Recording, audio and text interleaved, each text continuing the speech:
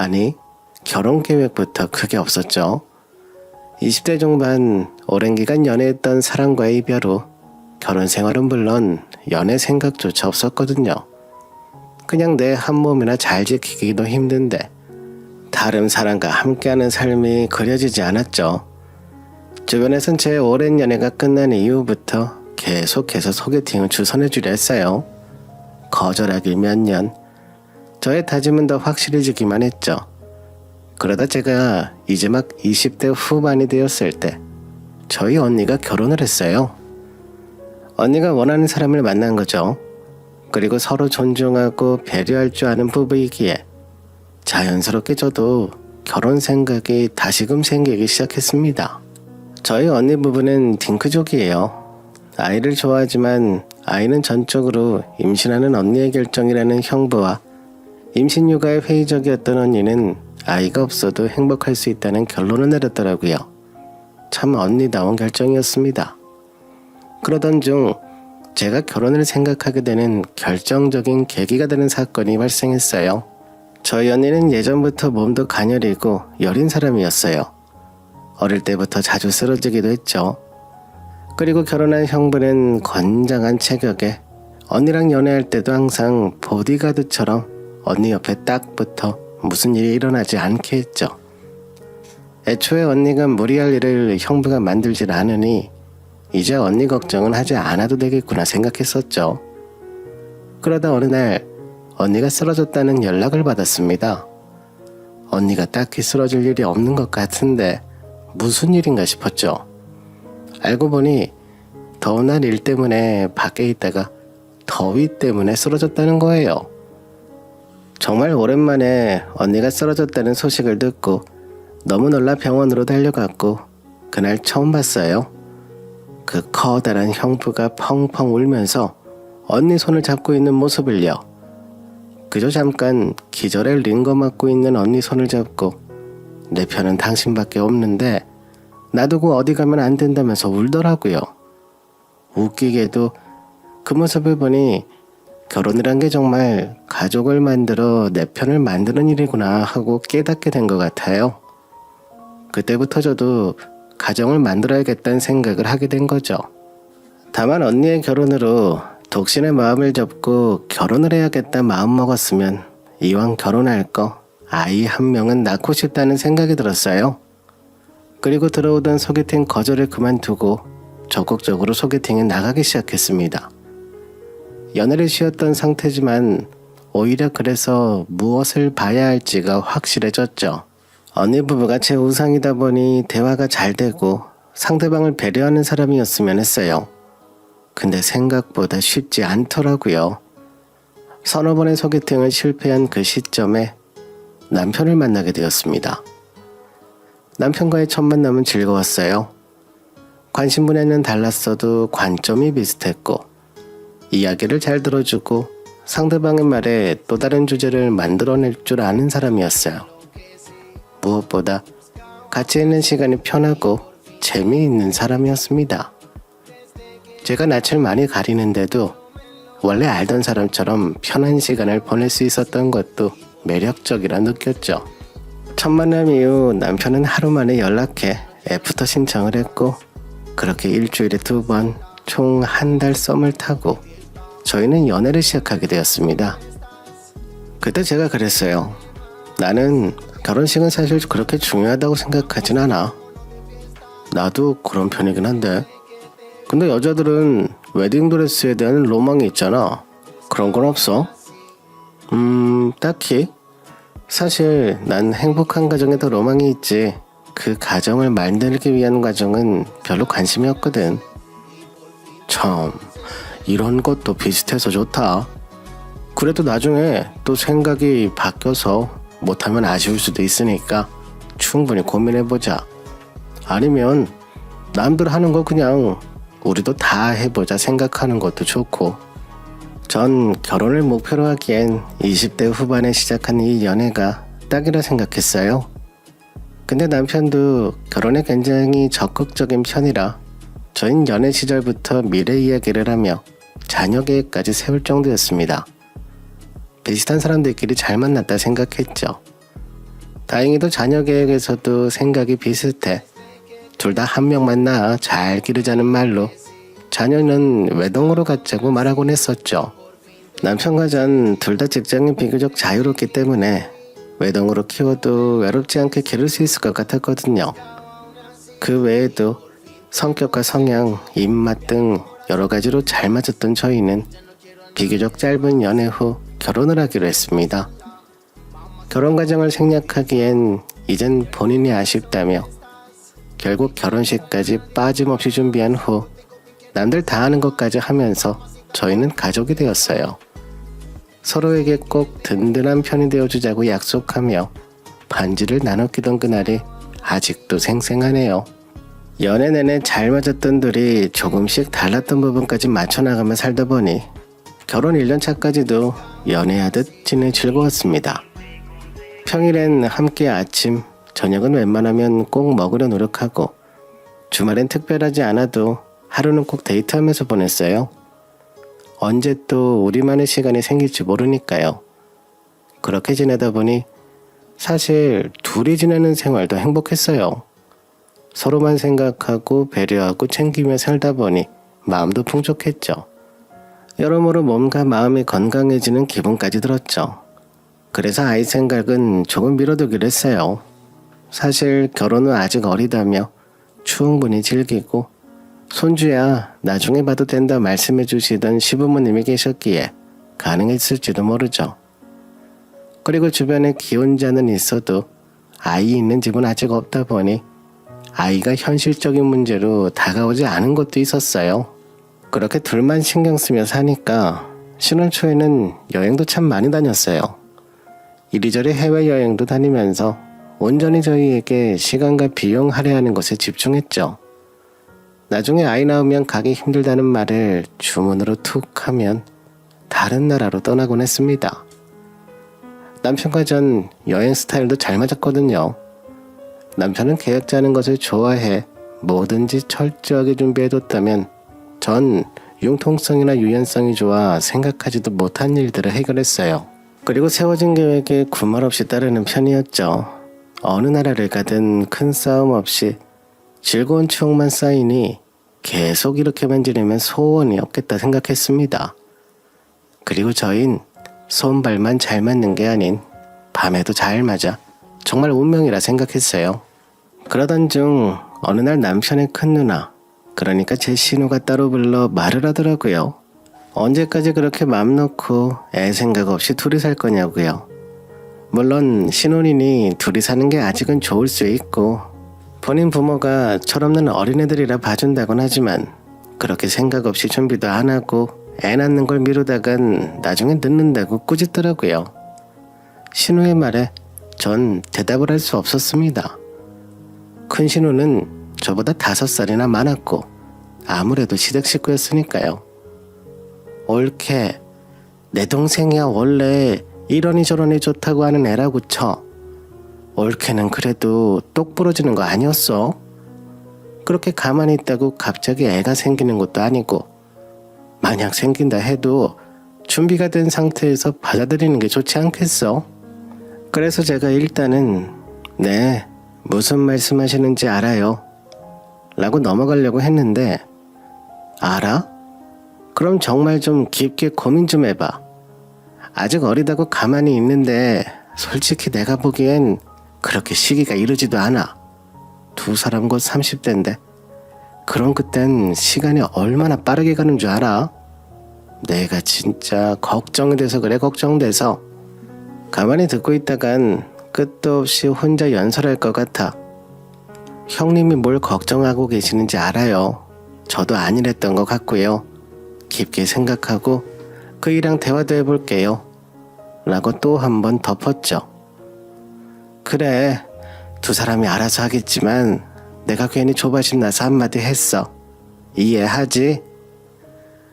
사실 지금이야 큰 신우가 혼전 임신으로 결혼해 신혼도 제대로 즐기지 못해 남편과 둘이 재밌게 신혼을 보내고 있는 저를 질투했다는 걸 알지만 그땐 그 말을 듣고 보니 틀린 말은 아닌 것 같았습니다.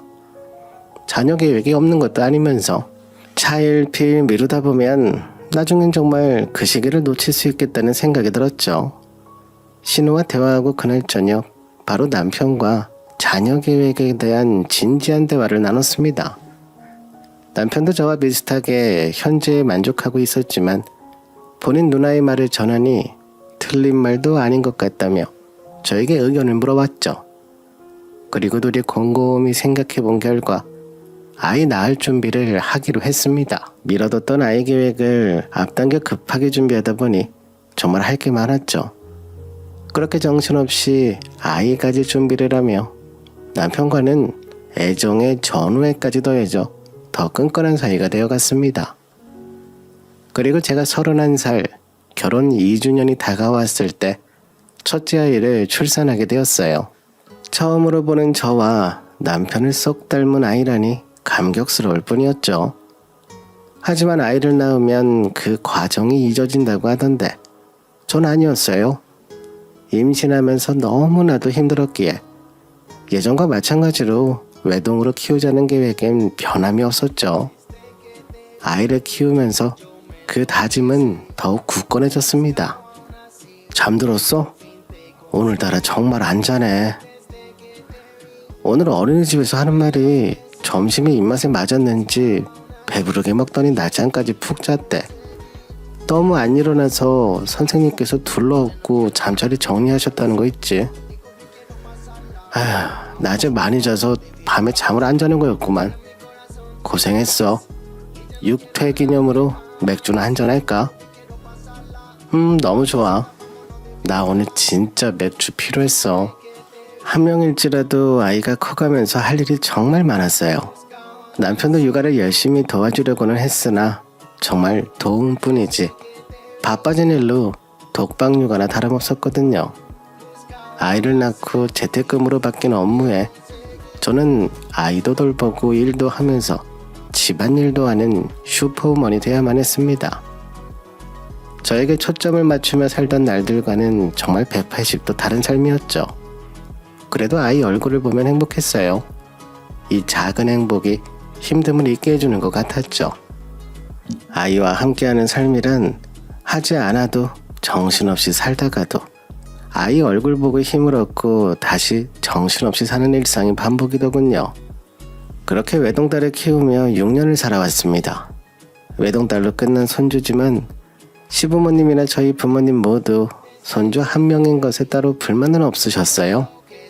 우선 아이가 부침성이 좋아 할머니, 할아버지 집만 가면 재롱을 떨어 외동딸만으로도 충분히 좋아하시고 행복하셨거든요. 아이가 밝고 활기차니 한 명으로도 집안이 꽉 차는 느낌이라며 오히려 한 명이라 다행이라는 우스갯소리로 저에게 부담을 주지도 않으셨죠.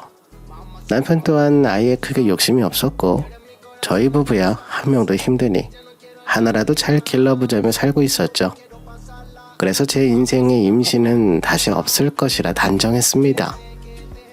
누구 하나 부족하다는 말이 없고 특히 키우는 저희 부부가 괜찮으니 대비 계획 같은 것도 당연히 없었죠. 그러던 중 언젠가부터 집안 행사나 가끔 시간이 맞아 시댁에서 마주치는 큰 신우가 저를 슬슬 긁기 시작하더라고요. 처음엔 가벼운 말로 시작했어요. 옳게 육아가 힘들긴 하지. 나도 둘이나 키웠지만 쉽지 않아. 난 애들 낳을 때마다 살이 더 빠진다니까. 힘들어서. 근데 옳게는 힘들면 찌는 체질인가 보다. 요즘 많이 힘들어? 라며 심각한 표정으로 제 위아래를 훑고 있길래 저도 가만히 있기 그래서 신우 혈액순환 좀 도와줬죠. 아, 네, 그런가 봐요. 남편이 너무 달라붙어서요. 자꾸 밤마다 맥주 마시자고 아직도 신혼인 줄 아나 봐요. 그래서 요즘 스트레스 받으면 애 잘 때 그이랑 맥주 한잔하는 낙으로 살거든요, 요즘엔. 그러자 신우 표정이 확 구겨지면서 내 동생이 그런 면이 있구나. 그래도 옳게 너무 건강을 포기하지 마. 걱정돼서 그래. 하며 슬슬 마무리가 되길래 저도 포장해드렸죠. 알았어요. 그이한테 좀 자제하라고 부탁해 볼게요. 그래도 건강하니까 너무 걱정하지 마세요. 그렇게 정겹게 주거니 받거니 한번 하고, 그러다 명절이나 아니면 어쩌다 시댁에 함께 있는 날이 많아질수록 점점 말이 심해지고, 저야 뭐 툭툭 대받아치는 데는 능숙했던 터라. 근데 언제 한 번은 저와 마주치자마자 한숨을 크게 쉬면서 여자이길 포기해서 그렇게 아무 옷이나 막 입고 다니느냐, 운동은 할 생각이 없느냐, 해본 적은 있긴 하냐며 가만히 잘 사는 사람을 들쑤시는 거예요. 그래요. 뭐 본인 눈에 차지 않을 수 있다는 건 꾸역꾸역 이해했습니다.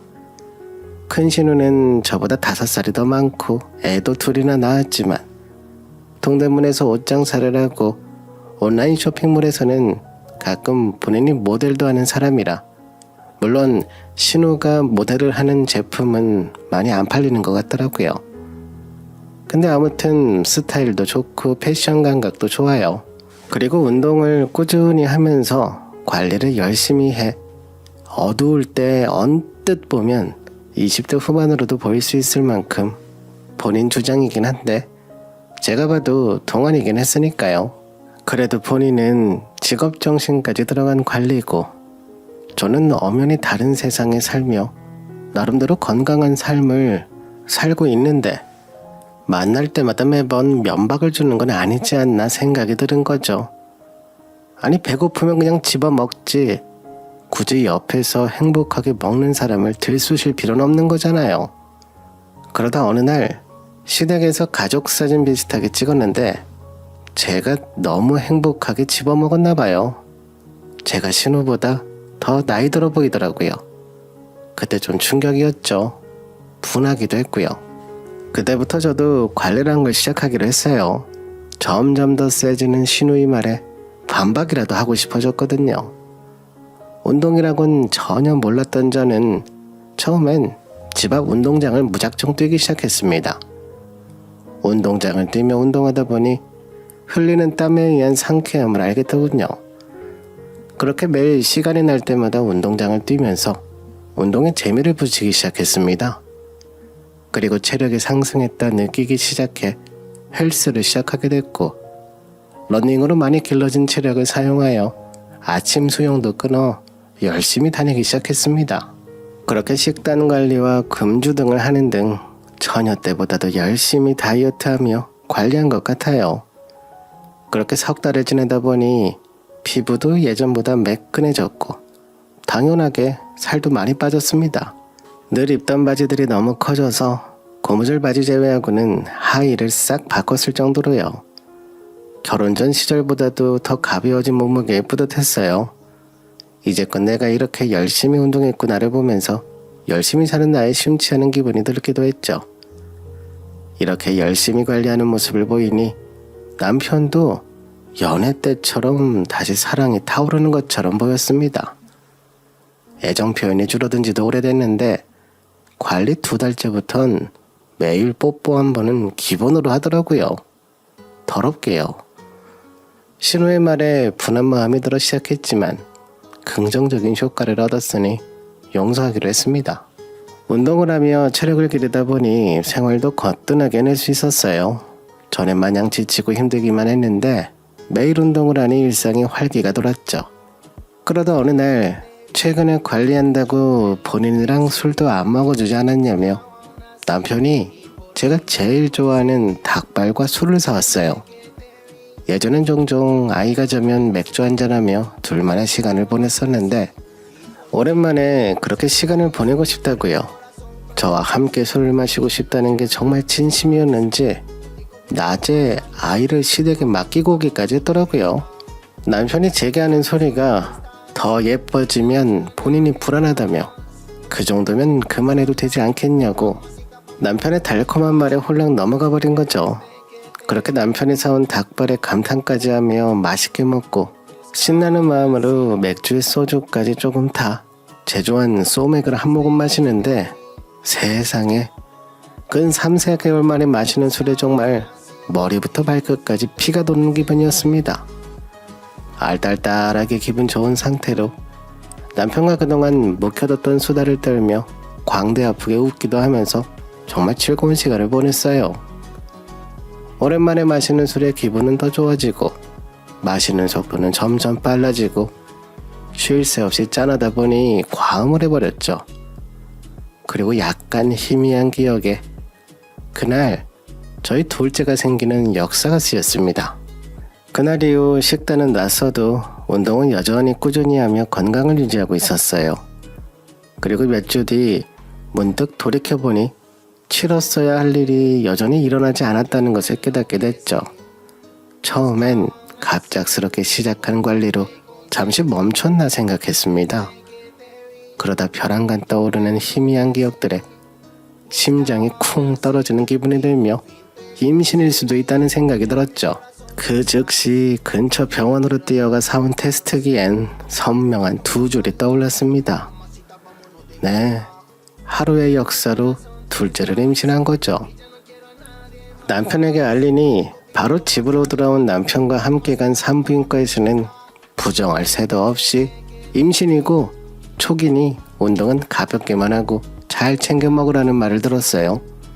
그렇게 저흰 셋에서 넷으로 가족이 늘어났습니다. 술에 엎어치고는 너무 큰 계획 없는 임신은 저희 부부에게 정말 큰 고민이었어요. 저와 남편도 이제 적은 나이는 아니었으니 더욱 심각했죠. 하지만 요 몇 달을 운동하며 관리한 덕에 임신 초기에도 문제없을 거라는